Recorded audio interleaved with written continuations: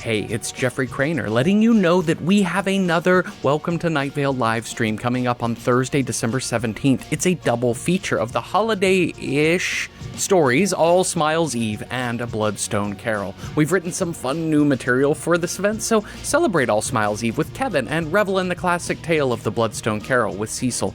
The show is, again, Thursday, December 17th at 8 p.m. Eastern Time. Tickets are pay what you can, starting at $5. You can get those at welcometonightvale.com and click on live shows. Also, thanks to everyone who's kept us afloat through this year. It's been really tough without live touring. We appreciate so very much all of you who have attended our live streams and those who've become Patreon members. We could not have done it without you. If you still want to become a Patreon member, you can get cool things like bonus episodes and Zoom hangouts with me and Joseph and director's notes for each episode. Just check out patreon.com/welcome to Night Vale for that. And hey, thanks, old friend. Please, stop preventing it from happening. I don't know how you got this power, but let it snow. Let it snow. Let it snow. Welcome to Night Vale.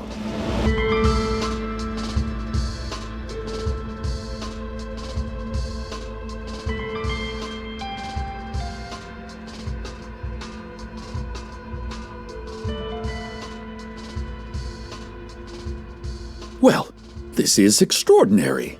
Night Vale, I'm sure you've noticed what I've noticed. I mean, who could miss an event like this? First snow. Not of the year, of ever.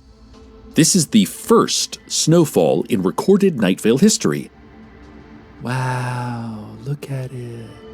It's coming down in dense flurries. I mean, this isn't some technical snowfall, a slight dusting and a, hey, look, I guess it sort of snowed. No, this is a blizzard, a real accumulation. You know, it's funny how suddenly and starkly snow can change the landscape. I mean, what was the ordinary street outside of your radio station is reframed, recontextualized by the weather. Now it gleams a blinding white, yet not yet muddied by our world. This is snow at its purest, when it still belongs to the sky, before we tarnish it with our dirty boots and our oily cars. All the children are running out of school to check out the snow, and none of the school staff are stopping them. The staff are too fascinated, and Mr. Lennox, the 5th grade teacher, bounds about the snow, barking and wagging his tail in joy. The city council has declared it a snow day, which they explained is an old English phrase meaning a day where it snows. The city council then ordered, "It's a snow day, get back to work, return to your classes, it's a snow day, no reason to slack off." What a beautiful moment, Night Vale. I will, of course, keep an eye on the weather situation, but why listen to me describe what you could be out there experiencing yourself? Run out there, get in the snow. Bring your radio, though, because, well, I'd hate to think that none of you were listening. In other good news, the big cleanup of Mission Grove Park has been completed way ahead of schedule. As you know, the fall craft sale, well, let's just say it got out of hand. While the sheriff's secret police have successfully rounded up the last of the crocheters and suppressed the macrame uprising, the site of the event, Mission Grove Park, was left strewn with knitting needles and glitter, blackened by heavy artillery fire and covered in paper plates and plastic forks. People, please, remember to throw away your trash after eating your food. No one else should have to clean it up for you. I think that's definitely the main takeaway from this whole affair. But fortunately, Leanne Hart and the Night Vale Daily Journal volunteered to sponsor the cleanup of the park, and she was as good as her word. The cleanup was accomplished in remarkable time, and I can see no evidence of garbage or debris. It looks like the good old park we all remember, except still with the scorch marks. Not much that can be done about the scorch marks. Oh well, hopefully this unexpected snowfall will cover them up. I think the grand reopening of Mission Grove Park will look stunning, draped in icy white. And now, an audio puzzle. Today we have a word search. Your letters are M, C, H, O H L O Z B G I Q O F W E N V N Q T E E T H. So please circle all the words you find and then swallow the paper. If they catch you, you don't know nothing. Nothing, you hear me? This has been an audio puzzle. Snowfall has continued over the general Night Vale area, and it is just a picture out there. Madeline LaFleur, head of the Night Vale Tourism Board, is already rushing out a new campaign of mailers and billboards. The campaign slogan is Night Vale. It snows here now, I guess. But with a cute little picture of a snowman melting in the intense heat of the desert. Well, if this doesn't bring in visitors, I don't know what will. This is the most convincing campaign that Madeline has run since Night Vale. You might as well. The City Council, frustrated by its inability to convince people to ignore the snow and get back to work, is instead leaning into it by organizing a special winter festival in the newly cleaned Mission Grove Park to celebrate this momentous day. This is a day of carefree enjoyment, intoned the City Council. We always thought that. We're glad that everyone agreed with what we thought about this day. The Winter Festival will include sled rides, a snowball fight, and cross-country skiing lessons from Trish Hidge, who took a trip to Big Bear once. She keeps insisting that her trip was in the summer and she's never even touched skis, but you know what? We're just sure she's being modest. Everyone is getting in on the festivities. Some of the restaurants in town, such as Tourniquet, the Moonlight All-Night Diner, Gino's Italian Dining Experience and Bar and Grill, Big Rico's Pizza, and of course, Applebee's, will be setting up booths to sell some of their favorites in an alfresco winter wonderland environment. Martin McCaffrey will be selling caricatures. The only caricature he knows how to do is Jimmy Carter as a peanut farmer, but it's a really funny one, and he's happy to draw it for anyone who pays him $5. The entire event is sponsored by Dunkin' Donuts, whom I've never heard of. Well, I don't know. Thank you, Mr. Donuts, whoever you are. And now a word from our sponsors. Today's show is sponsored by Sharpie's brand Indelible Marker Pens. Nothing is forever, you say. My body isn't forever. It will slump back down to the earth. Memories of me aren't forever, for even the most famous human in history will be forgotten in eons. Rocks aren't forever. They are steadily ground down to sand. Oceans aren't forever. They will someday boil up into space. This planet isn't forever. It will fall into a hungry sun that is expanding in its death throes to take back all the matter it gave us. The galaxy, it isn't forever. It will someday collide with another galaxy, a cosmic accident on a scale our human minds cannot even begin to comprehend. The universe isn't forever. It will expand out to a heat death, or it will contract back into the microscopic dot that it all burst out from once upon a time. Nothing is forever, you howl. Tears stream down your face. Nothing is forever, you whisper. But Sharpie's brand Indelible Marker Pens are forever. How is that possible? Don't ask stupid questions! Sharpie's brand Indelible Marker Pens, always and ever after. This has been a word from our sponsors. And now for our most frequent segment. As I do every broadcast, let's once again dig into the mailbag. I will do my best to give wise advice for this week's Hey There, Cecil. Let's get to our first letter. Hey there, Cecil. I bought too many knives. I don't know what a normal number of knives is, but I'm pretty sure this isn't it. You may be picturing how many knives I have, but I promise you are thinking too small. It's way more knives than that. I can't even comfortably sit in my house without worrying about being stuck by a knife I had forgotten I had. I don't even know why I wanted all these knives. What should I do? Sincerely, Knife Haver in Desert Creek. Hey there, Knife Haver. I hear ya. I feel like we've all reached a point in our lives where we looked around and we thought, wow, how did all these knives and swords and chainsaws get here? Why did I buy all this stuff, and why did I think it would make my life better? Life is a gathering of clutter. It accumulates like dust on a shelf, and eventually it dissipates again. Maybe because we die and it is passed on to the living, but mostly just thrown away. Maybe because, like you, we realize we don't need all that stuff, and now we give as much of it away as we can. The first step is the realization. You have too many knives. Good. Now you can start the next step, getting rid of most of those knives. I recommend driving to a remote part of Route 800 and just tossing them out your window. Thanks for writing in. Let's get to our next letter. Hey there, Cecil.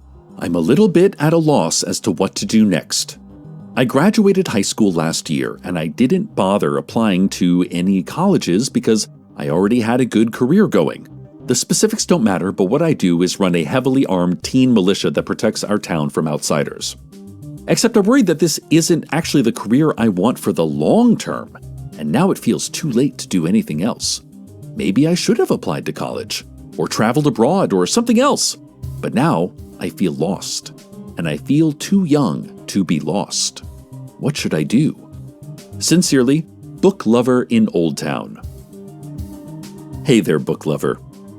It's totally okay to feel a little lost at your age.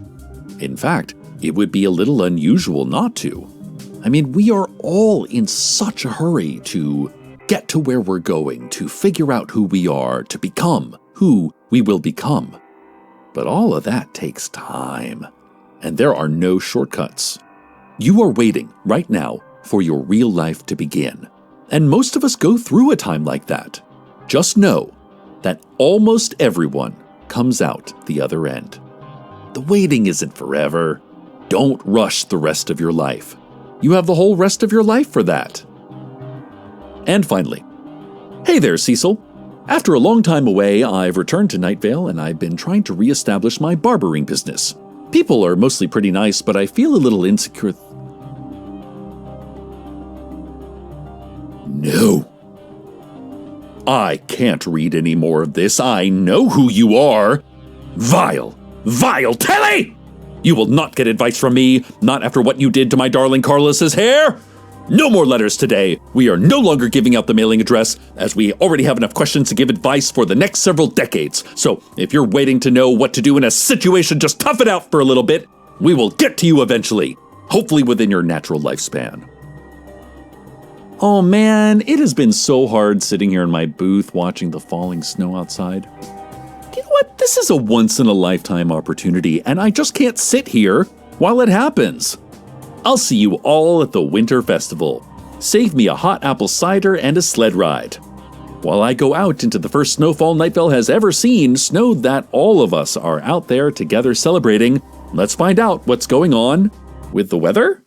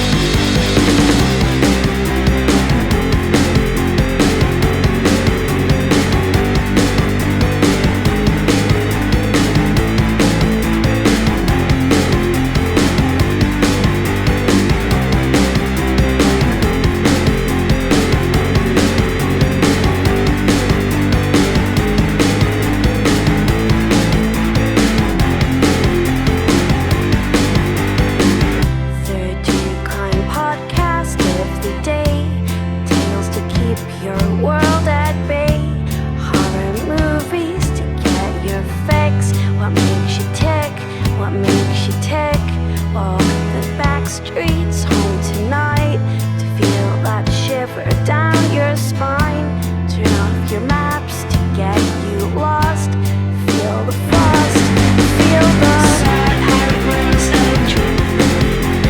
Every day is medicine. Savages, trepidation.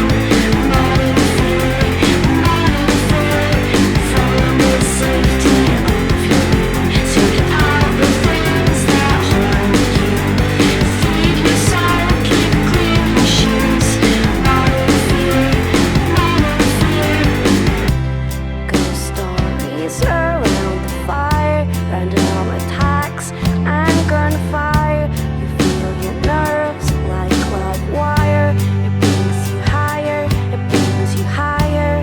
Killing aliens in video games. Ghost walks in town, learning the names of murderers who kill for fame. Rattle around your brain. Saw outbursts and dream. Every day is medicine. Savages, trepidation. Modern fear. For the safety of you. Seek out the things that harm you. Feed your soul, keep clean your shoes. Modern fear. Check under the bed, behind the door. Give your mom a call. Will you keep your dirty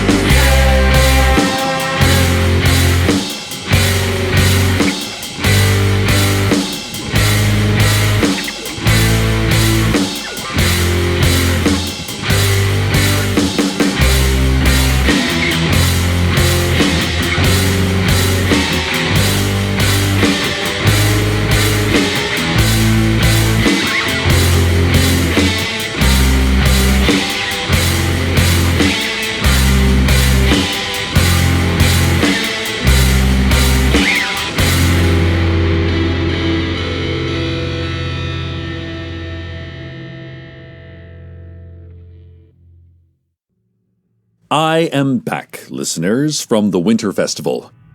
Well, what an unexpected turn of events that was. We are all still reeling in shock. I mean, it doesn't seem worthwhile to explain what happened. After all, the entire town was there and witnessed ourselves these strange and sad events. But still, who am I if I am not telling a story? My body is 90% story, 5% water, and 5% assorted. It all started out so normal. Well, normal for a day where it was snowing in the desert. I rode a sled for the first time in my life, which wasn't as exciting as I wanted it to be. The snow wasn't as slick as I had imagined, and the sled kept getting stuck even when Josh Creighton took the shape of a sled dog team so he could just pull some of the kids around. Well, the snow was bitter tasting and not nearly as cold as I had hoped. There is a gap, I suppose, between the dream and the reality, and the Winter Festival thrust us all into that disappointing gap. Still, the whole community was there, and I suppose it could have just been a nice outing if my niece Janice hadn't noticed the source of the snow. "Hey," she said, pointing to the other side of the park, "doesn't it look like the snow is going upwards over there?" And it did. Confusingly, the snow seemed to be emanating from somewhere inside of Night Vale, only then drifting back down to the earth in this unprecedented weather event. Gingerly, afraid of what kind of unruly god could have the ability to create a snowstorm, we crept as a community across the park, slushing each other and doing our best to walk on our tiptoes.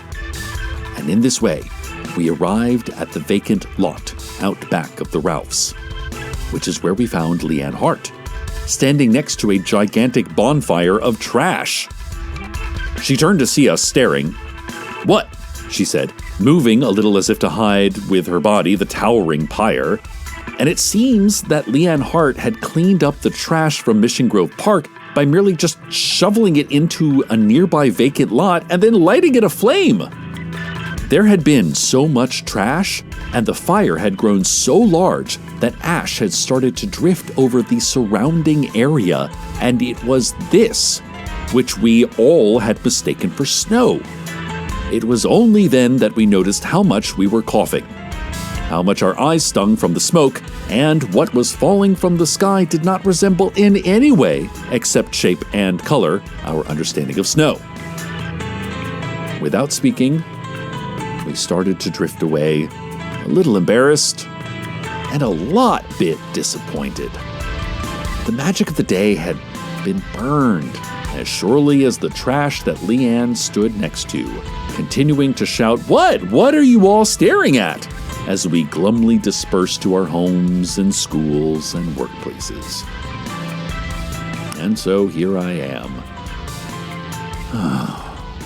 Today was not the first snow in Night Vale. That is a shame. But consider this. That only means our first snow is yet to come. Aw, think of how magical that might be. Stay tuned next for a man trying most unsuccessfully to explain how oceans formed using only what he vaguely remembers from high school. And until our first true snow, sometime in our glorious future, good night, Night Vale. Good night.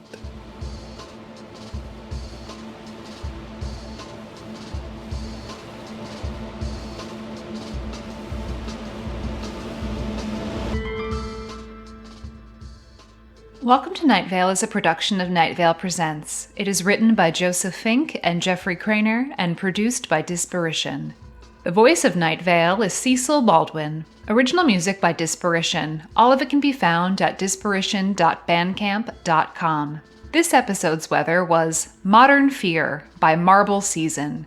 Find out more at marbleseason.bandcamp.com. Comments, questions, email us at info@welcometonightvale.com or follow us on Twitter at Night Vale Radio, or keep on truckin'. Good for you. Check out welcometonightvale.com for info about our Patreon, which is how the people who make this show are able to pay our bills and eat food. So thank you. Today's proverb. 10 years ago, on this very date, a very important person was born. I don't know their name or anything about them, but sure, lots of people are born every day, and some of them end up important.